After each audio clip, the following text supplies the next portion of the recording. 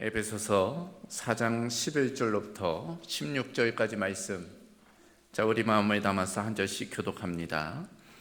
그가 어떤 사람은 사도로, 어떤 사람은 선지자로, 어떤 사람은 복음 전하는 자로, 어떤 사람은 목사와 교사로 삼으셨으니 이는 성도를 온전하게 하여 봉사의 일을 하게 하며 그리스도의 몸을 세우려 하심이라. 우리가 다 하나님의 아들을 믿는 것과 아는 일에 하나가 되어 온전한 사람을 이루어 그리스도의 장성한 분량이 충만한 데까지 이르리니 이는 우리가 이제부터 어린아이가 되지 아니하여 사람의 속임수와 간사한 유혹에 빠져 온갖 교인의 풍조로 밀려 요동하지 않게 하려 함이라. 오직 사랑 안에서 참된 것을 하여 범사에 그에게까지 자랄지라. 그는 머리니 곧 그리스도라. 그에게서 온몸이 각 마디를 통하여 도움을 받음으로 연결되고 결합되어 각 지체의 분량대로 역사하여 그 몸을 자라게 하며 사랑 안에서 스스로 세우느니라. 아멘. 자, 오늘 1월 세 번째 주일을 맞아 함께 읽은 에베소서 4장 11절로 16절 말씀 통해서 교회 섬김, 사역이라는 제목으로 하나님의 말씀을 함께 나누도록 하겠습니다. 자, 2024년 올 우리 교회의 방향이 뭐라고 말씀을 드렸죠? 섬김입니다. 올해는 우리가 섬김의 방향으로 마음을 모아가게 됩니다. 너희 착한 행실로 아버지께 영광을 돌리게 하라라는 주님의 말씀에 따라 올 한 해는 우리가 소금과 빛으로서 세상의 맛을 내고 또 빛을 밝히는 그 역할들을 잘 감당해야 할 것입니다. 그러기 위해서 필요한 것은 자신을 녹이는 거예요. 자신을 태우는 것입니다. 자신을 희생하고 이제 섬기는 거예요. 그래서 올 한 해 동안 우리는 이제 최선으로 섬겨야 할 것입니다. 세 가지 섬김이 있다고 말씀을 드렸어요. 먼저 하나님 섬김입니다. 그리고 교회 섬김이 있죠. 마지막으로는 이제 세상을 섬기는 거예요. 지난주에는 이제 하나님 섬김에 대해서 우리가 함께 살펴보았습니다. 그 중심에 예배가 있어요. 왜냐하면 예배는 하나님이 가장 기뻐하시는 일이기 때문이에요. 하나님은 예배하는 자를 찾으신다. 영과 진리로 예배하는 자를 하나님은 찾으신다. 그러니까 우리는 하나님이 찾으시는 한 사람의 예배자로 늘 하나님 앞에 서야 되는 것입니다. 우리를 창조하신 목적도 예배예요. 이 백성은 내가 나를 위하여 지었나니 나를 찬송하게 하려 함이라. 우리 인간의 창조 목적, 바로 예배에 있는 것입니다. 그러므로 우리의 삶의 우선순위는 예배여야 합니다. 예배의 우선성을 가지고 살아가야 돼요. 어떻게 할까? 먼저는 모여서 예배해야 돼요. 함께 모여 예배하는 것입니다. 그래서 주일 성수가 중요해요. 우리가 주일에 함께 모여 시간을 구별하고 공간을 구별하고 우리 마음을 구별해서 하나님께 예배하는 것 중요한 것입니다. 뿐만 아니라 모여 예배할 뿐 아니라 두 번째로는 흩어져 예배해야 돼요. 그래서 예배적 삶을 살아야 되는 것입니다. 그래서 진정한 예배는 예배당을 나가면서부터 시작된다. 그런 말도 있잖아요. 삶의 예배로 나가야 되는 것입니다. 지난주 함께 살펴본 내용이고, 자, 오늘은 교회 섬김, 사역에 대해서 우리 함께 살펴보려고 합니다. 이 교회가 중요하잖아요. 그래서 우리가 교회를 이제 어떻게 섬기고 사랑해야 되는지를 함께 살펴보게 될 것입니다. 자, 먼저 첫 번째, 왜 교회를 섬겨야 하는가? 왜 교회를 우리가 섬겨야 하는가? 교회에 대해서 안다면 이제 교회를 섬길 수밖에 없는 거죠. 그래요. 교회는 무엇이다? 이제 교회에 대한 정의예요. 밑줄에는 다양한 이제 정의가 들어갈 수 있습니다. 제가 여러분에게 만약 교회가 무엇이에요? 라고 묻는다면 많은 분들이 다양한 답을 하실 거예요. 그러나 중요한 것은 그 답이 성경에 근거되어 있어야 되겠죠. 그래서 오늘은 성경적인 근거를 통해서 교회가 무엇인지를 먼저 살펴보도록 하겠습니다. 교회가 무엇일까? 교회는 하나님의 백성입니다. 성경적인 정의예요. 교회에 대한 흔한 오해가 있어요. 무엇인가 하면은 교회를 건물로 생각하는 거예요. 우리 공동교회도 이제 건물에 공동교회라고 붙어 있잖아요. 그러니까 공동교회 하면 이 건물이 떠오른단 말이죠. 다른 교회도 마찬가지. 아무 교회 하면은 그 건물을 생각할 수 있어요.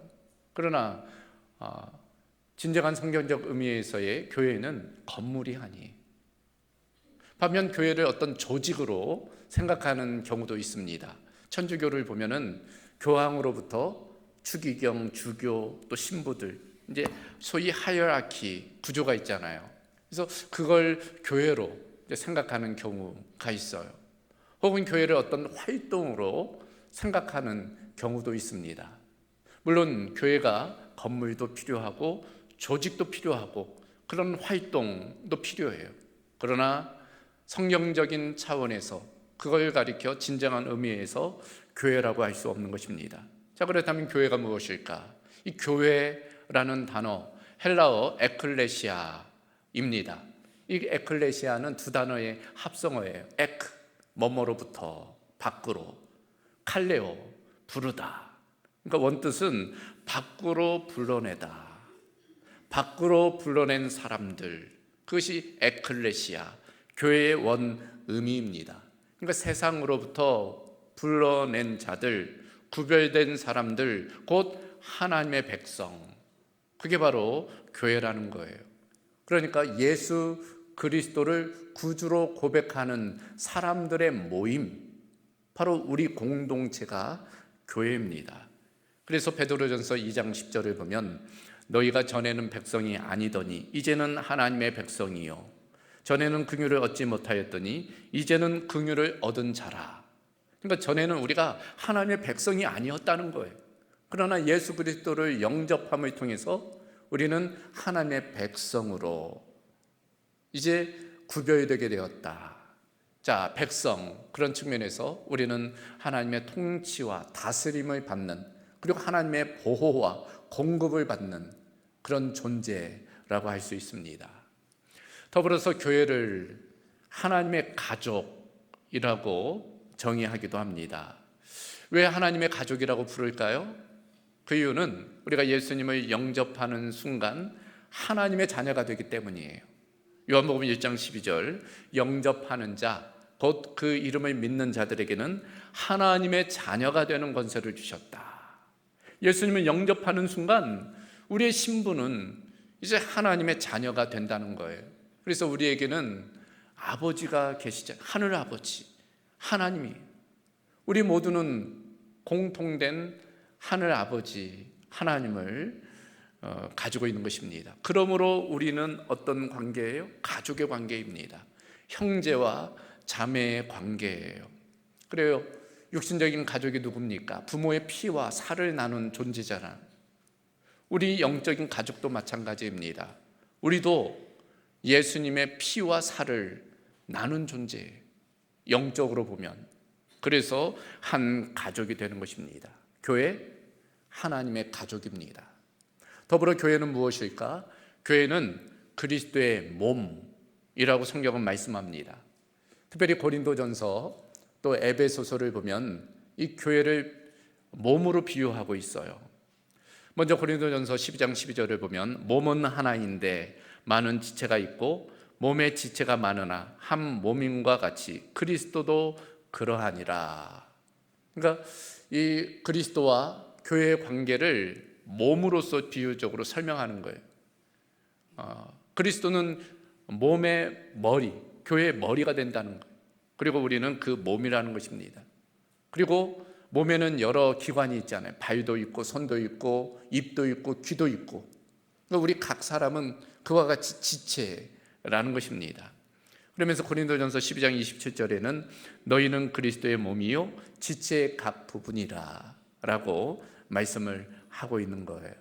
오늘 함께 읽은 에베소서도 마찬가지입니다. 그리스도를 교회의 머리로 말씀하면서 우리는 그 몸에 붙은 각 지체라고, 그래서 자신의 일을 잘 감당함을 통해서 이제 건강하게 몸을 잘 세워 가야 됨을 이야기하는 것입니다. 자, 이와 같이 몸이라고 할 때 이것은 생명체예요. 유기체를 의미합니다. 상호 보완적인 또 요소를 우리에게 보여주고 있어요. 뗄래야 뗄 수 없는 관계라는 거예요. 여러분 한번 생각해 보세요. 귀가 몸에서 떨어지면 어떻게 돼요? 그 순간 죽는 거예요. 손이 그 몸에서 떨어지면 그 순간 이제 죽는 것입니다. 그런 측면에서 그 몸에 잘 붙어 있어야 됨을 우리가 알 수 있는 것입니다. 더불어 교회는 거룩한 성전이라고도 불러요. 고린도전서 3장 16절을 보면 너희는 너희가 하나님의 성전인 것과 하나님의 성령이 너희 안에 계시는 것을 알지 못하느냐. 여기 너희, 교회를 의미하죠. 바로 우리를 의미합니다. 우리는 하나님의 성전이라는 거예요. 에베소서 2장에도 그의 안에서 건물마다 서로 연결하여 주 안에서 성전이 되어가고 너희도 성령 안에서 하나님이 거하실 처소가 되기 위하여 그리스도 예수 안에서 함께 지어져 간다 말씀하고 있어요. 그래요. 이 성전이라는 것은 하나님의 임재 처소이죠. 하나님이 머무시는 공간, 그것이 바로 성전이에요. 구약에 보면은 하나님께서 특별한 장소에 임재하셨어요.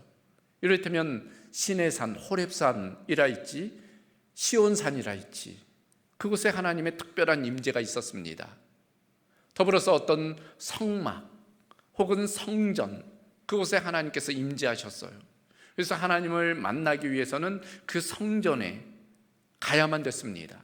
그러나 신약에 와서 예수님께서 십자가에 달려 죽으시고 하나님께 나아갈 그 길을 여신 연후 성령께서 우리 가운데 임재하셨어요. 우리 안에 내주하시는 겁니다. 그래서 우리가 곧 하나님의 성전, 거룩한 성전이 된 것입니다. 그래서 우리는 거룩한 성전으로 살아가는 거예요. 마지막 한 가지 더 교회를 살펴보면 교회는 그리스도의 신부입니다. 신약 성경에 나오는 교회와 그리스도와의 관계를 가장 잘 표현해 주는 아름다운 비유가 바로 이 신랑과 신부의 비유예요. 남편과 아내의 비유입니다. 그래요. 이 신랑 신부처럼 친밀한 관계가 없잖아요. 우리 정서적으로도 부부는 무촌이에요. 그만큼 친밀함을 의미합니다. 그래서 예수 그리스도를 신랑으로, 교회를 신부로 비유적으로 이야기하는 것은 그만큼 교회와 그리스도와의 관계가 친밀함을 의미하는 것입니다. 예수 그리스도는 신부되는 그 교회를 아끼고 사랑하는 거예요. 얼마만큼 아끼고 사랑할까요? 자신의 생명을 내어놓을 만큼 그 교회를 사랑하는 것입니다. 그래서 토미 테니라는 목사님이 계세요. 그분의 책 중에 하나님 당신을 갈망합니다 라는 책이 있는데 그 책의 내용을 보면 이제 예수님께서 십자가에 달려 죽으시잖아요. 그리고 많은 고통을 겪으세요. 그리고 마지막으로 말씀하시는데 그 말씀 중에 하나, 다 이루었다, 다 이루었다 하시고 예수님께서 임종하시죠. 이 다 이루었다, 헬라어로는 텔로라는 단어예요. 언어가 텔로입니다.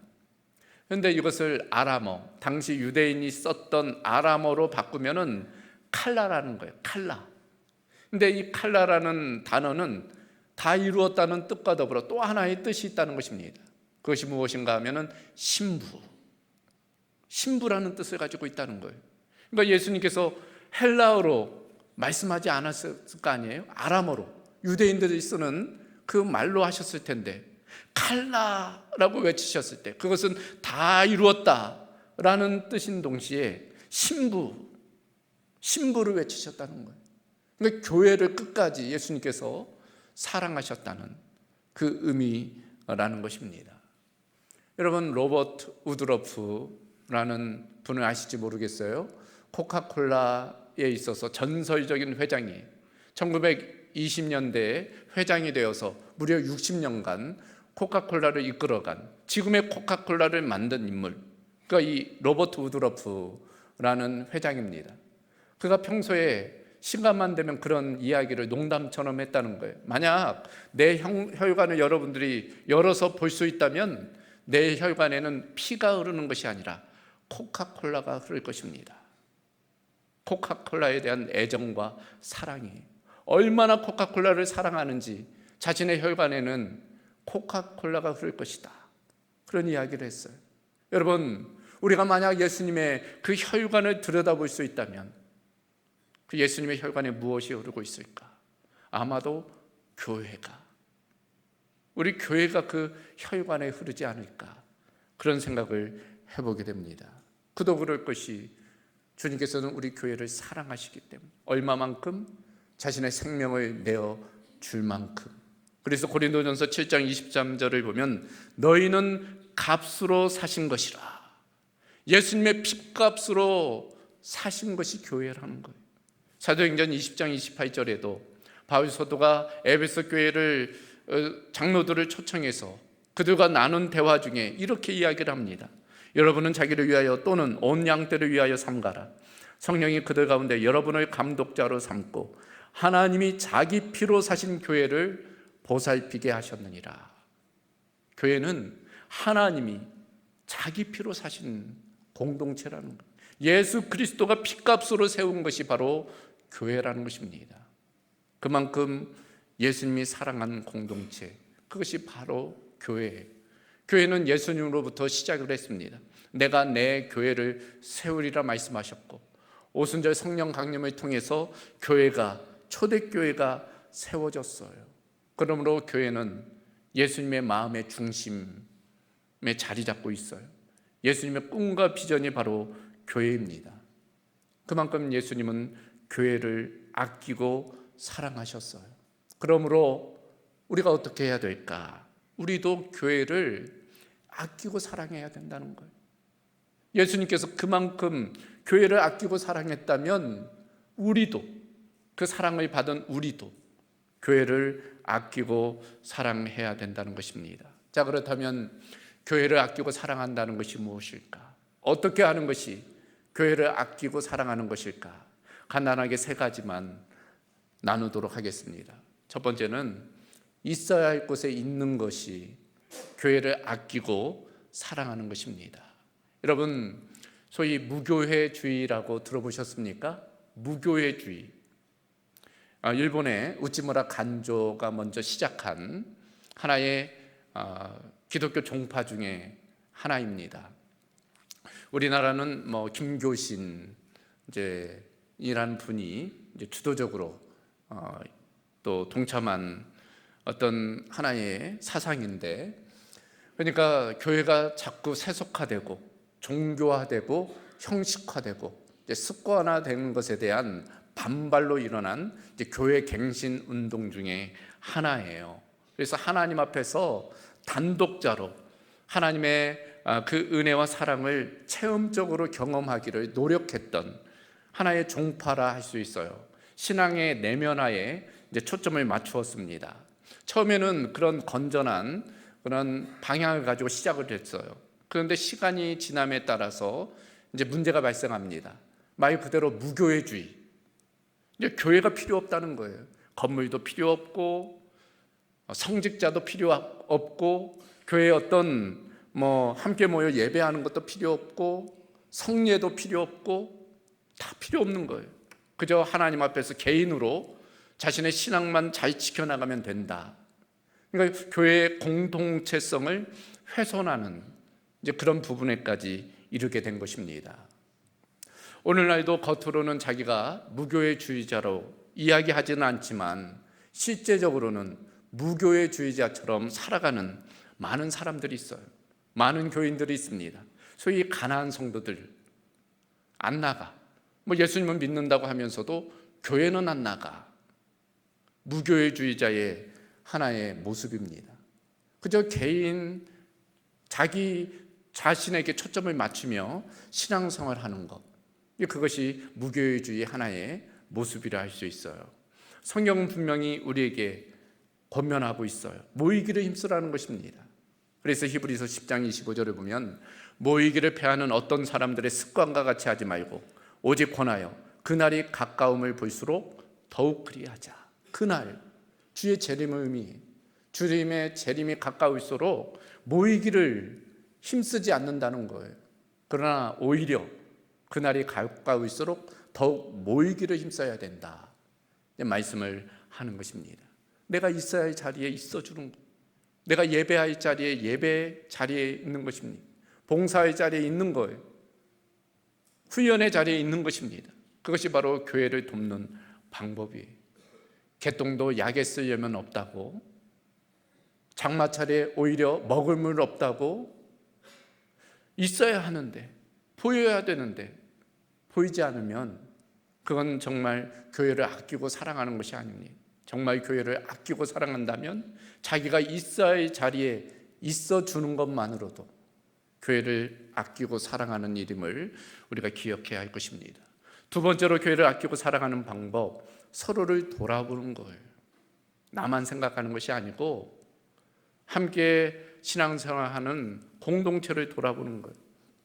여러분, 동물의 왕국을 종종 보면 약하다고 맹수에게 잡혀 먹히는 거 아니에요.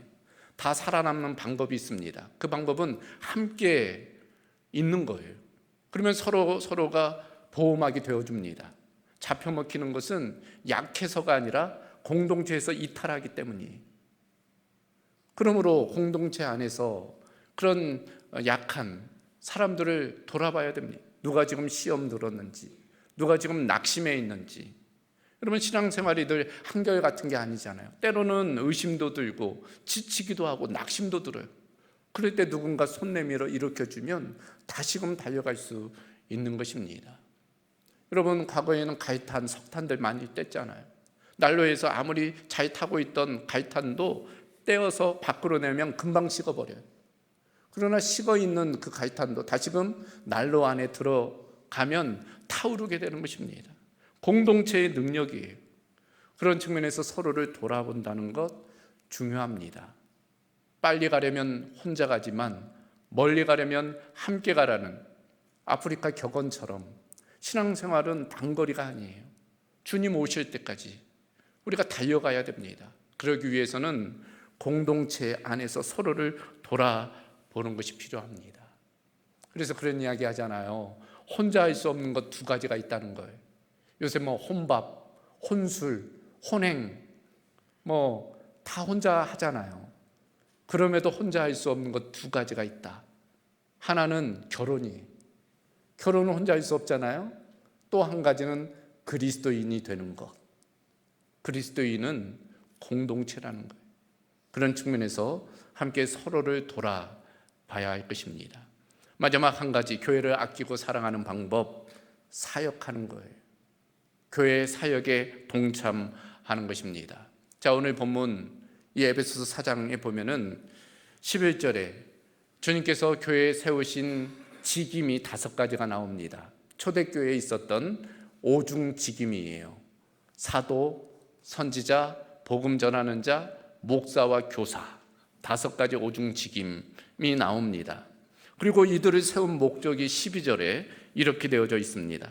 이는 성도를 온전하게 하여 봉사의 일을 하게 하며 그리스도의 몸을 세우려 하심이라. 교회에 그런 직임을 세운 이유, 우리로 말하면 목사를 세운 이유는 성도를 온전하게 하여 그들로 하여금 봉사의 일을 하게 하며 그리스도의 몸을 세우게 하려 하심이라.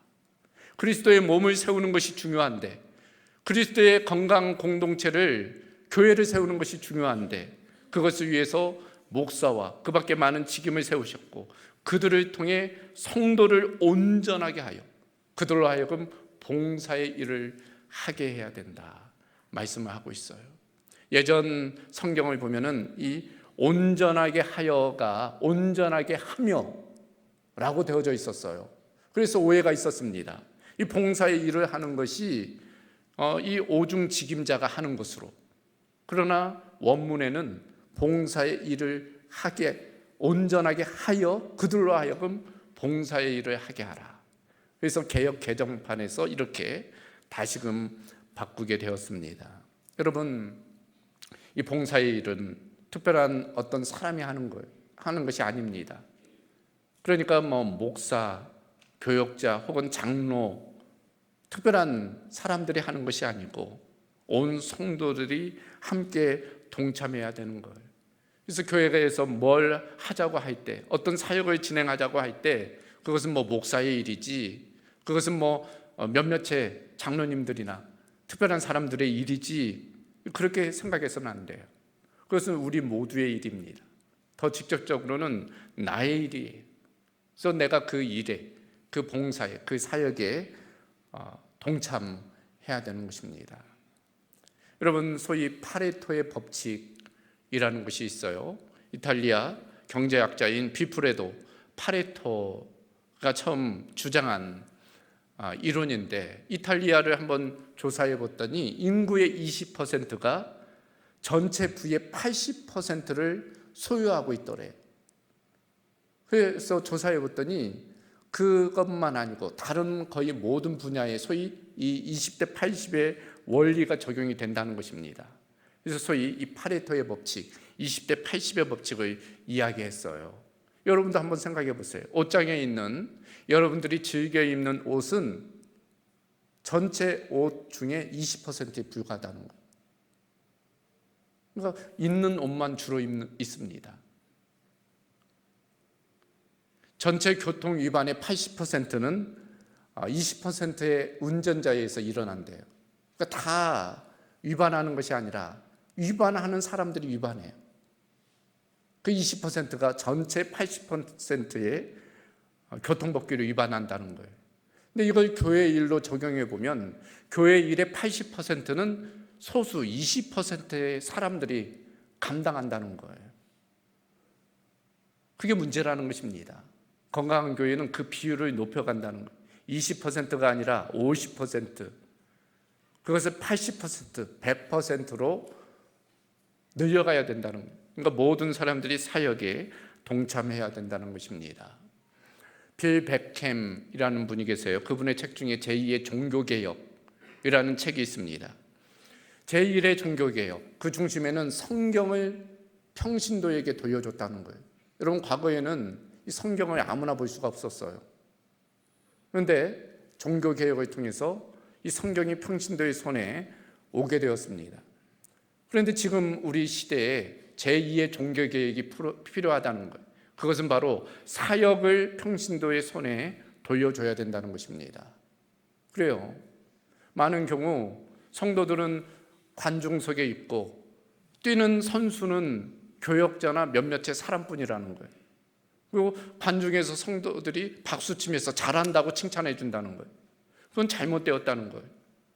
오히려 교역자들은 선수들을 훈련시키고 성도들을 훈련시켜서 그 성도들이 운동장에서 뛸 수 있도록 해야 된다는 것입니다. 그것이 오늘 본문의 내용이에요. 성도를 온전하게 하여 봉사의 일을 할 수 있도록 해야 된다는 것입니다. 그래서 이 제2의 종교개혁이라는 이 책을 보면은 오늘날 많은 성도들이 소비자 의식에 빠져 있다는 거예요. 그래서 왕 같은 제사장이 아니라 왕 같은 소비자가 되어 있다는 것입니다.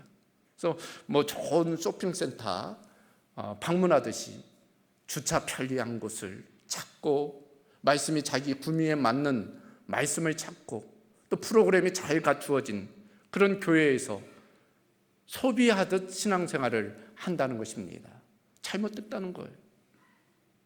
그것은 잘못된 신앙의 양태라는 것입니다. 그렇게 해서는 안 되고 사역의 중심에 성도들이 있어야 되고 주님의 나라를 위해서 헌신해 나가야 된다는 것입니다. 그런 측면에서 우리가 교회로서, 주님께서 핏값으로 세우신 주의 몸된 교회로서 우리가 사역에 또 동참하고 또 헌신해야 될 줄로 믿습니다. 자, 오늘 말씀을 정리합니다. 교회 섬김, 그 중심에 사역이 있어요.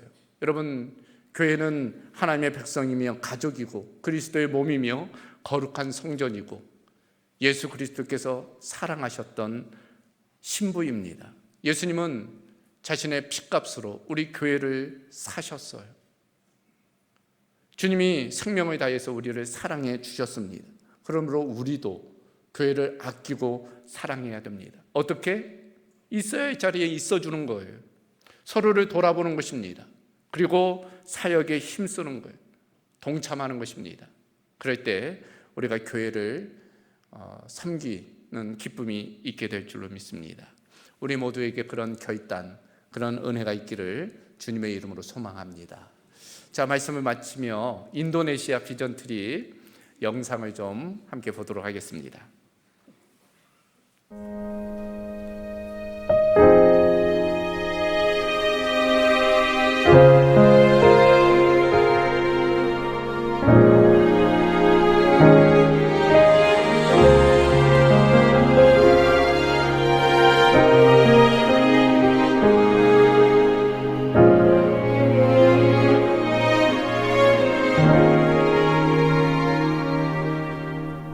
어둠을 찢으신 한 줄기 빛이 우리에게 임했네. 그 아름다움이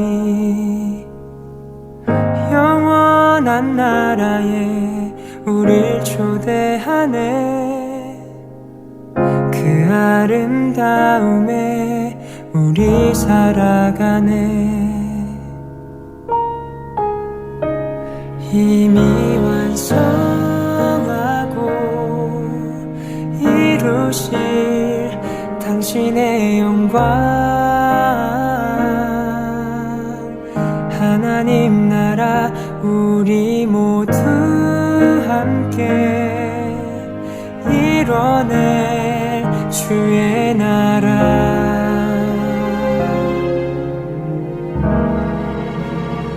영원한 교제에 우릴 초대하네.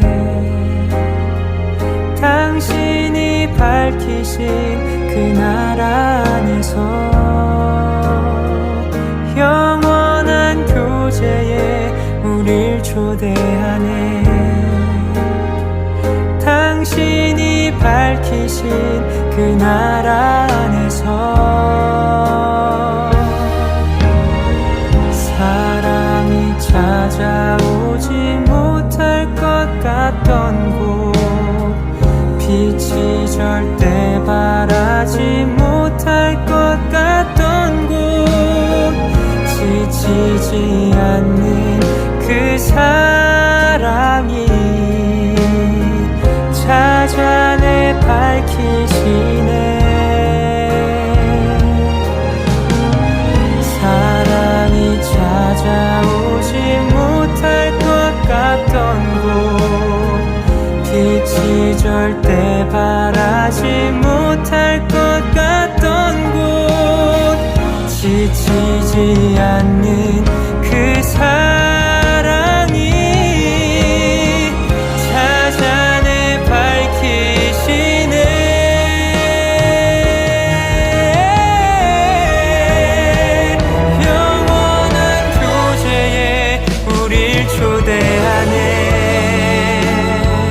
당신이 밝히신 그 나라 안에서 영원한 교제에 우릴 초대하네. 당신이 밝히신 그 나라 안에서 영원한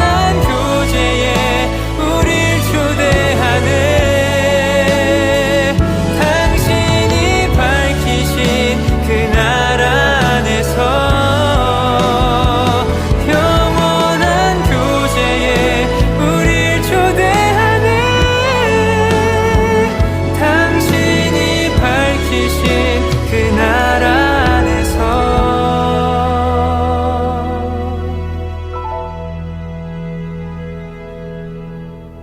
사랑이 찾아오지 못할 것 같던 곳, 빛이 절대 바라지 못할 것 같던 곳, 지치지 않는 그 사랑이 찾아내 밝히시네.